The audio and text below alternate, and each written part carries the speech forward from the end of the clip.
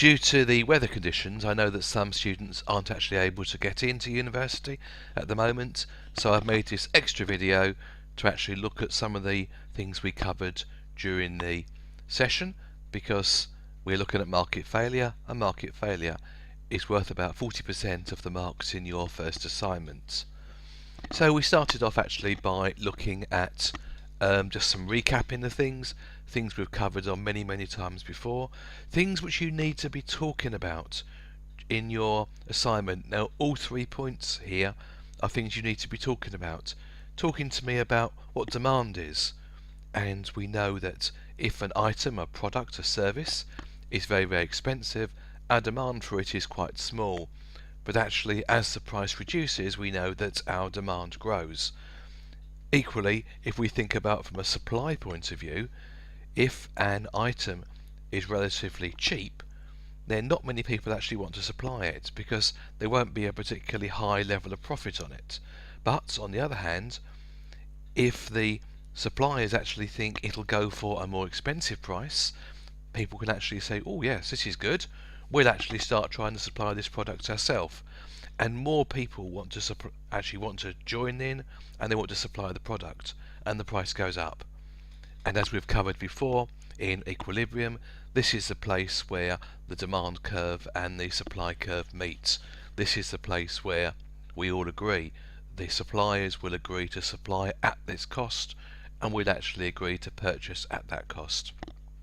So again, this is something you'll be talking about in your assignment, and you need to make sure that you clearly explain this and you draw a diagram correctly labelled up. We then looked at some other areas which we covered so far during this semester, and all of these you can look back on previous slides for. We thought about markets, what we covered in the last session. As you can see here, what market does this represent? And if we actually look at this, we can see tourists pay millions for rocket trip to moon next year. And actually we actually decided this actually probably fits into the monopoly market, because in the monopoly market we've actually got one firm there. It's probably a pure monopoly, and we explained that in monopoly situations a lot of money is put into research and development. We then looked at this example here, and this example takes us to a YouTube link which will open up, but it actually would, here we go.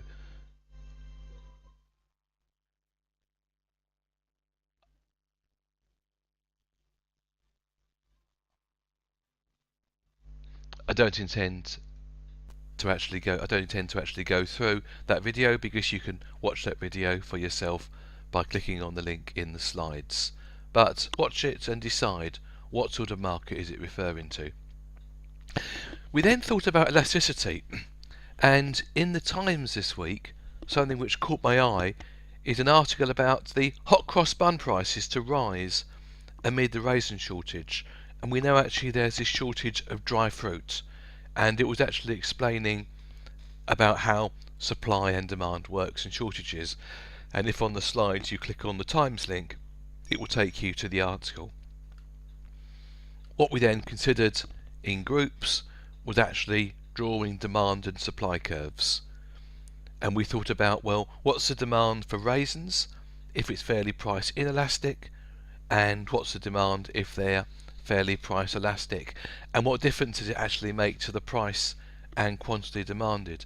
So we spent some time having a talk about that, and really actually it'll be good now if you actually pause the video, you considered yourself, you drew the curves before you actually went on to the next slide.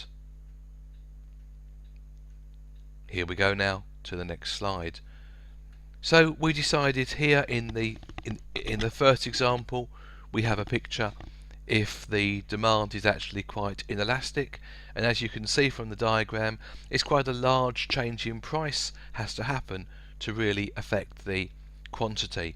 And if we look in the second diagram on the right hand side, we can see that actually if the demand is elastic, It's a small change in price to affect the quantity. And this is something you've got to be deciding when you think about these disposable containers, which we're talking about in the assignment. Is it inelastic demand or is it elastic demand? You have to decide, and you have to justify your argument. So think about the determinants of PED. I've given you a handout sheet on it. It's available. You can go back to the videos and look at it, but you need to be talking to me about this. And again, this is something we've covered on previous videos. We then looked about how important it is to actually be referencing correctly, because now you're in your second semester, the expectation is that you can reference correctly. So I displayed this article here from the BBC News, and I actually asked people in twos if they could actually sit down and reference it. So again, what I just said a minute ago, now would be a good time for you to stop the video and you to actually write down how you would reference this. I'm going to start it again now. A lot of people, unfortunately, just copy and paste in the web link, which is incorrect, or some people put this, which is again incorrect. Actually, the correct way is exactly like this. So we have the author, comma, the initial dot, in brackets we have the year, then we have the title of the web page, which is in italics, in square brackets we put the word online, and then full stop, and after that we actually put here the link, and then finally we put accessed, and then we put the date, and we put the date in full, as you can see. If we're referring to this in the text, we would just simply put Morris 2017. Sometimes though there isn't actually an author, and if you are actually going to reference this article without an author, then actually you'd just be saying BBC 2017, and then the details as before, when you accessed it, and in the text you'd be putting BBC. So we thought then about the different types of markets, and again this is all something we covered last week, and in the assignment, as you know, you've got to be talking about the different types of markets. This is worth about 10%, and you're also asked to illustrate with a diagram, and this is the diagram you need to be talking about. I'm not going to go through all of the areas here. What I want to say though is when you draw this diagram and when you talk about the markets, be explicit as to which ones are relevant to the assignment. So if we are saying, for example, about takeaway shops having food in disposable plastic or polystyrene containers, what sort of market are they? Now you may actually think it's monopolistic competition, because there's, if you think about the barriers to entry, it's relatively easy to actually join this market, and there are many markets, many shops doing the same thing, as you can think when we talked about the competition. So you may actually feel that's monopolistic competition. If that's what you feel, tell me and indicate it. Equally, if you're using another example, a second example, always good, you might want to think about the companies who serve perhaps coffee in disposable containers, and we think about companies like Costa and Cafe Nero and Starbucks and even McDonald's, and actually perhaps they actually have an oligopoly. We've got a relatively few number of people in the market. There could actually be a risk here of collusion, and that's something you'll be talking to me about as well. So make sure when you draw this diagram you do actually explain which markets you think is relevant. So what we've considered so far, we've actually made some general assumptions about the market, and as you know, we assume the market through the price mechanism can act to correct issues of surplus and shortage. We know that markets are truly competitive and that markets produce goods that people want. So we do really have this assumption that the market can actually cure all, and this is very much associated with the UK Conservative Party. It's a free market approach to economics, and details of this we actually covered on the videos for this session. There is one thing actually to think about. We know we've already discussed things like collusion, and that companies do or perhaps attempted to collude, and we think perhaps about petrol stations colluding on the prices and perhaps banks fixing the interest rates. We've got about issues of companies creating pollution, because at the end of the day they're only interested in their own product. They don't actually have this interest in society. We think about unsafe goods which are produced, employees' rights being threatened, and perhaps goods which are over or underproduced. And in these situations, the government doesn't really have any option but to step in and try and correct the problems. So this is something which they have to do, and again, the level to which they step in depends on which political party is in power at that stage. And governments could actually look at things like monopolies, and they can investigate them for fairness and for level of competition. So we thought about market failure. Again, we've covered this in a number of videos, and it's really important you go back to them. But we do consider here the two main types: the impact of externalities and the production of public goods. And we think about social efficiency, we think about market failure, and market failure is actually a way of not achieving social efficiency. So these are things we've already covered before on the videos. We also thought before about the externalities. So externalities are the social costs or benefits reduced from the consumption or production of goods and services. If we were to consider the social costs of production, we might think about the HR, materials, we might think about things like the transports and the benefits which are gained through the selling of them. If we think about the social cost of consumption, these are the negatives. And often we actually think about things like pollution, but there's so many more. We think about the social benefits of production, and we'll be talking about these in a second, and the social benefits of consumption. So important to actually think about the negative impacts, because these are the social costs, and the positive impacts are the social benefits. And we thought before that market failure equals social efficiency. So for every additional unit which is produced, we think about the marginal social cost increases and the marginal social benefit decreases. When we actually get these in balance, we get social efficiency, perhaps in equilibrium.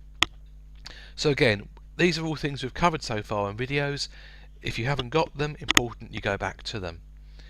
We looked about the social costs of production, and these were just some of the examples which I went through. So we think about collapsing fish stocks and industrial waste and pollution.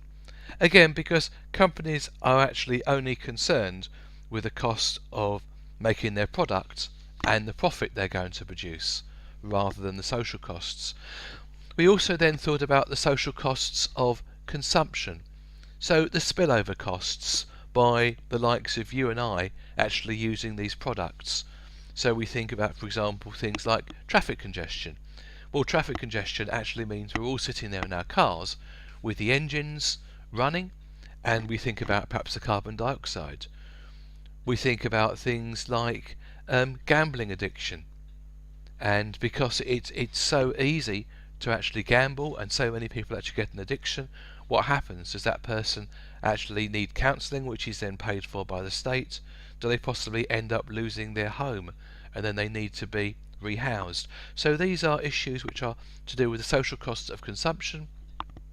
We thought then about the social benefits or positives of production and the consumption externalities, and we were thinking about things like about the flood defence projects, for example, at the waterfront, and how it's for the benefit of the whole community, about how it's a real benefit, even down to things like people keeping bees and the pollination, the benefits which actually this brings in. We thought then about the positive consumption in externalities, and we thought about things like youth clubs, apprenticeships, and how this was for the real benefit of society. And we thought about things like childcare and healthcare, and how these are a really good example of social benefits. We considered the impact of externalities. So we know that externalities lead to the over or underproduction of goods or services. So the profit maximising quantity is greater than the socially efficient quantity equals the social cost, and the social benefit is the profit maximising quantity being less than the social efficient quantity. And they're just some examples of how the free market can deliver social efficiency. And social efficiency, again, we're thinking of as market failure. If we were to consider the marginal social costs, now as you can see here, this looks very similar to our supply and demand curve. And if we actually just look here at the blue curve labelled MC, so this is the curve affecting the supply. And so think about this as about where we get to the equilibrium. This is the cost of supplying the product together with any profit they want to make. If we think about the red curve labelled up MSC, the marginal social cost, plus the marginal cost, this actually shows the true cost of that product. This is the true cost actually taking all the other marginal social costs into consideration. So I've got an example here. So we think about tourists going to the beach, and we think about the marginal social cost of consumption, and we think about the litter, and here we are, the litter on the beach. So as far as the shops are concerned who are selling those products, they're actually looking at the marginal cost and the demand, and we can see where the blue and the green curves, where they meet the equilibrium point, and that is the cost to them. But actually the real cost is actually further along when we actually look at the red curve, and this actually shows the marginal social cost, because one thing we do know, that we have a real cost here. Tourists come, they litter the beach, so staff have to be employed. Staff have to collect litter, they have to empty bins, they have to dispose of the rubbish safely, there's general cleaning of the beach. So actually we can put a real price on that. So if the price was being kept at the level shown here on the graph, you can see that the quantity that ideally we would like to see produced is much less. But equally, as far as the firm's concerned, they are going to produce the maximum they can at that cost. We looked about some of the negative impacts, the smoking impacts, and sometimes we actually discovered you can't really actually put a value on third-party costs, so it becomes theory. So for example, if we were to consider smoking, we know that there's pollution issues, we know there's litter from dog ends, we know there's all the extra costs, people going to doctors, people going to hospitals, operations, people on sickness benefits. We know these costs exist, but we can't actually put our finger on them and say this is exactly what it is. So actually we have to work about this being in theory. We know we have some areas, things like cigarettes, we know they're relatively inelastic, and that people do keep buying them, but equally we do know that people could substitute to rollies. So if we think of here at this picture here, it's a traffic jam. A traffic jam is a good example of market failure, and we are very much disadvantaged to it. And you could actually argue what these car manufacturers, perhaps they should be paying into the road infrastructure. So they should actually be paying as they're producing more and more cars towards the cost of building more and more roads. Otherwise, this is how we end up. So actually the car manufacturers aren't actually paying the marginal social costs. We thought about marginal social costs. Let's have a think about the marginal social benefits. And as you can see here on the top, we have an example of a cost rather than a benefit. Okay, so similar idea to what we was talking about a few minutes ago. If we see the blue curve labelled MC, it's the marginal cost and the quantity demanded. We get this equilibrium point, and this is the equilibrium where the suppliers are happy to supply, including their profit, and we're happy to produce. But actually there's a much marginal social benefit if they were actually to supply a higher number of this product, and there's actually this real benefit to society. And just give you an example here, if we think about gyms and health clubs, so we have this situation where people pay a monthly fee, they go along, they're kept fit, they're healthy, they're much more likely to be in employment, therefore they're paying taxes, they're much less likely to be off on sickness benefits, where they're taking rather than paying into it. So there's a real social benefit to actually having additional facilities available like this. We thought about things like the flu jab as well, and we thought with the flu jab there's a cost to it. It's inconvenient, it hurts, and there's a real cost to it in that someone has to provide the medication and someone has to administer it. But there are a lot of benefits from it, and the benefits actually could be that by having that flu jab it means you don't go ill, and because you're not ill, because you're sick, you don't actually lose any benefits. You can argue, or we argue here, that the market fails because people wouldn't normally go out and pay for a flu jab, even though they know the benefits are much better than the cost. People don't do it, or very few do. So the government really tries to actually correct this market failure. It nudges people, it encourages the flu jab, and an increasing number of people are now allowed to have it for free. They poke them or nudge them through this advertising into having it. If we think about other positive benefits, if I've got a firework display in my garden, you benefit because you can see it. And actually, if my house has got a really nice garden full of flowers, it might actually help raise the value of your house if you live next door. In groups, we actually then thought about a number of different social costs and social benefits to go with the externalities, and you can actually have a think about what they are and then look at those on the slides for the week. We looked at this example from Pottermore. I suspect many of you are possibly members of Pottermore. So Pottermore, all about Harry Potter. New Sport Relief challenges Harry Potter fans to join Billion Step Challenge. And we actually considered about this being, is it a social cost or is it a social benefit?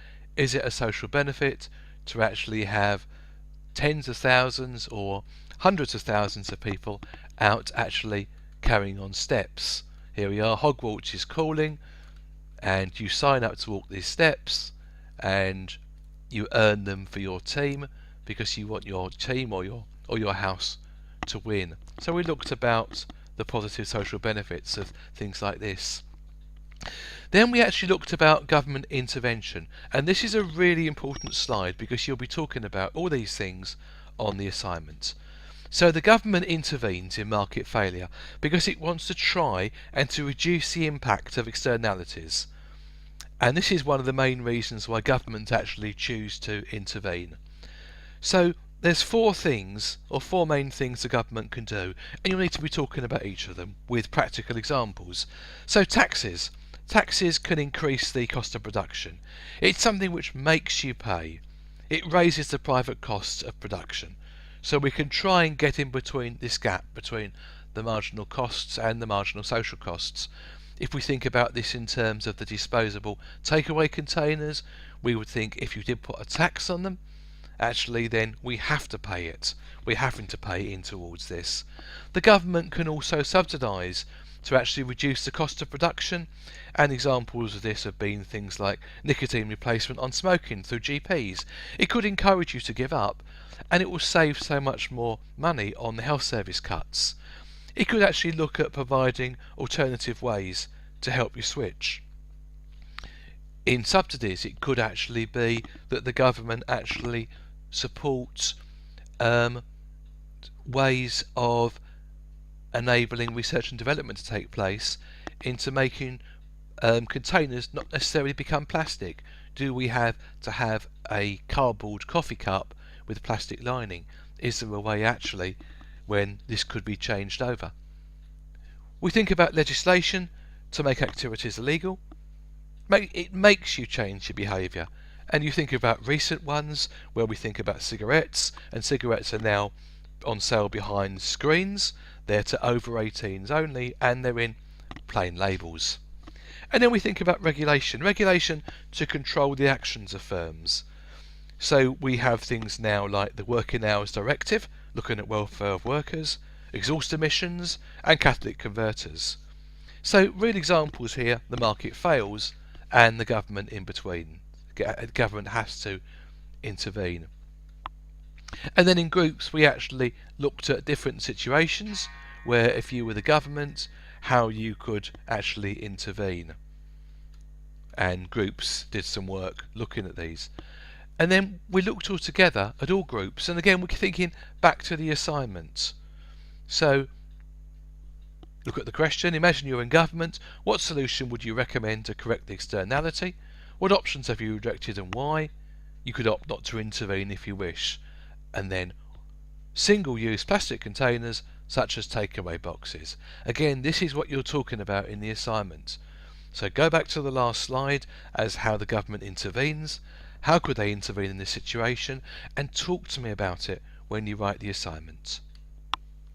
So we looked about government intervention. The degree to which governments intervene in the market is a matter of political ideology. So Conservatives typically in favour of a free market solution, and we think about left-leaning parties, perhaps like the Green Party, are typically in favour of a much greater intervention, particularly if this can actually improve the social equity.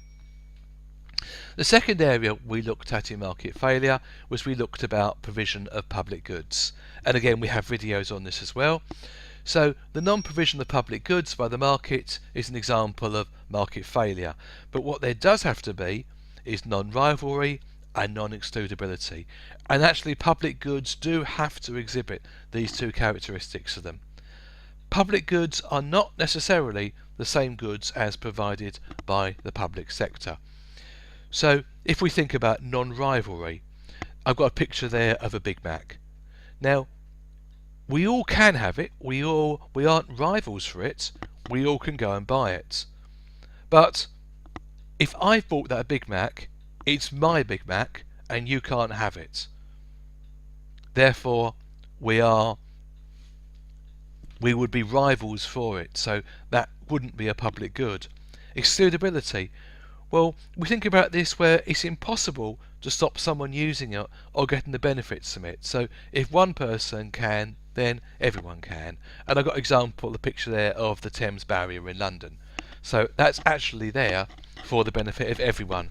So the Big Mac, well, that's not a public good because we're rivals for it, and you can be excluded from it if you don't buy it, you can't have it. Whereas the Thames Barrier, on the other hand, we're not rivals for it, it's there for everyone, and we can't be excluded from it. And public goods are often run by the public sector. Not always, but often. We looked about the example of a lighthouse, and we said, well, is a lighthouse a public good? So does it have both characteristics, non-rivalry and non-excludability? And we considered, well, actually, the market fails if we don't have one, because a lighthouse is necessary to save lives if you're on a boat, but no private company would actually provide it, as it wouldn't generate an income, only a cost. So the government has to fix the problem. We're not rivals for this lighthouse, because this lighthouse, we can all enjoy it. We can't be excluded from it, because if we're in a boat, we all get the benefits from it. So we're not rivals, and we can't be excluded from it. So therefore, it's a public good. We then looked about the situation of what we call in economics the free rider problem. And that is where everybody has this service for free, we can't charge people for it, and the market wouldn't provide the service or the good by itself because there's zero other provision. So it's a free rider. So the government have to provide it for free and for the benefit of everyone. We looked at in small groups, we looked at which of these goods were public goods, why or why not. So you might want to stop your video here now, and then in a few seconds I'll go through some of the answers we came up with.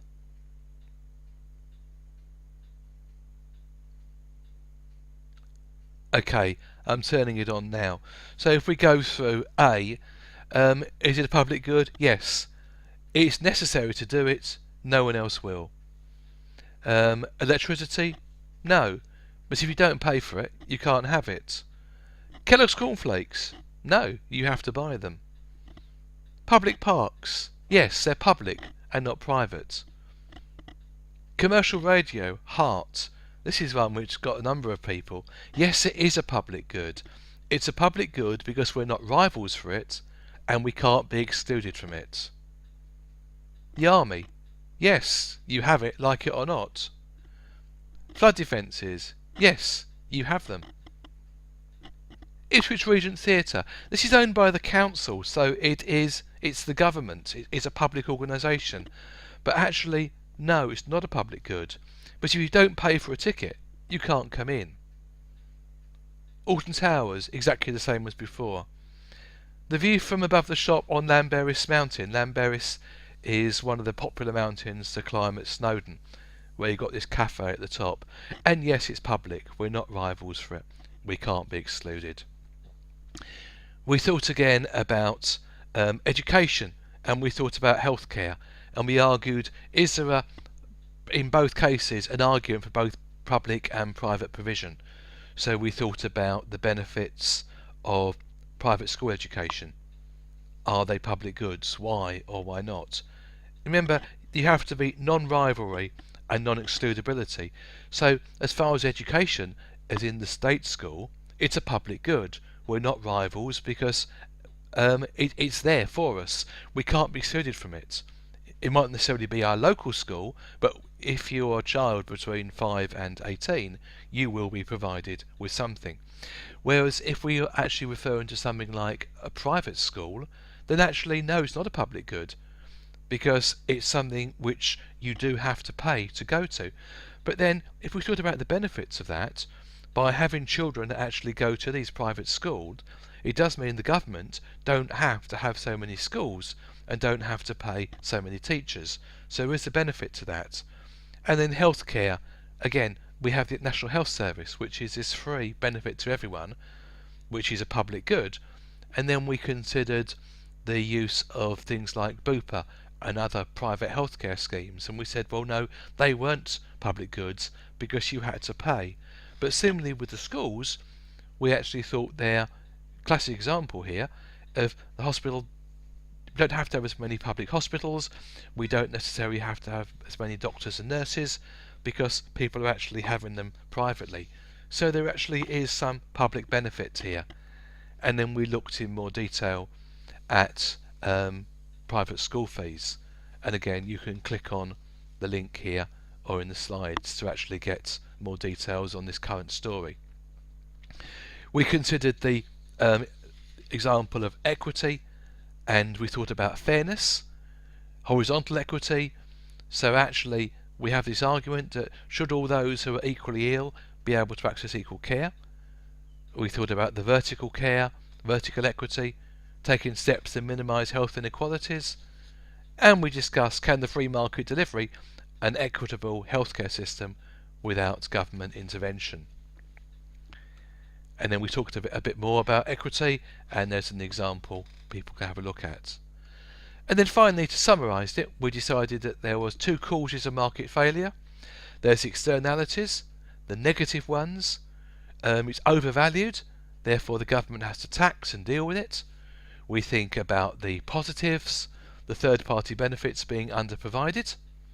We considered public goods, the public goods being non-rivalrous plus non-excludable, and the public goods provided by the state where they're underprovided by the market. So market failure can prompt government to intervene. And we said that market failure isn't necessarily the same as the market failing to give you the product at a price you want to pay. So again, two causes of market failure, externalities and public goods, and market failure can prompt government intervention, and you're often given a nudge in the right direction. And a lot of people here on this example would push the button because it's the biggest button, whereas actually the biggest button may actually give you the smallest quantity of water. It's just a nudge. Now, this completed the microeconomics, and next week's reading week and there's videos on the system and looking at the fixed and variable inputs, the short run and long run, the economies, diseconomies of scale, the law of diminishing or marginal returns, and the profit maximisation. Now these are videos we're not actually going to be covering in class unless you have any specific questions, but you will need to be aware of them when we come back and we start looking at macroeconomics. So just to summarise what we actually covered this semester, and it's really been a full-on semester, which I'm sure you'll have appreciated, and you've learnt an awful lot. So if you began, remember we began by talking about scarcity, rational choice and marginal benefits. You may be able to talk about those in the assignment. We then looked at supply and demand, and we thought about surpluses and shortages. We've talked about equilibrium and shifts and movements. We talked about elasticity, and we talked about price elasticity of demand, income elasticity of demand, cost elasticity of demand, and very important, these determinants of demand. We've considered types of market, the perfect and imperfect, and least competition. The business decisions you're going to be looking at next week when you watch the videos and do the reading, economies of scale, inputs, runs, profit maximisation. And this week on the videos and today we've been talking about market failure, meaning the government has to intervene. So we've actually now covered microeconomics. So you should actually now have a good understanding of these areas. If you don't have a good understanding, it's really important you go back and you watch the videos. If you haven't, if you're behind on them, if there's areas you're stuck on, revisit them. If you still can't get them right, then book a tutorial. Come along and say, look, I can get this, but I can't work out this. But it's really important now that we follow the story on. We're building everything up in a pattern on economics, leading with the government has to intervene, which takes us on very nicely to macroeconomics. So well done for what you've achieved this term. Really important now that you do actually watch the videos, make sure you're caught up, make sure you're familiar with all these things, and then look at the slides in the video which will go with your assignments, because this is obviously something which is going to be on your minds now, and I'm sure a number of you plan to actually work on this during the reading week as it's due a couple of days afterwards. Thank you, and let's hope the snow disappears soon.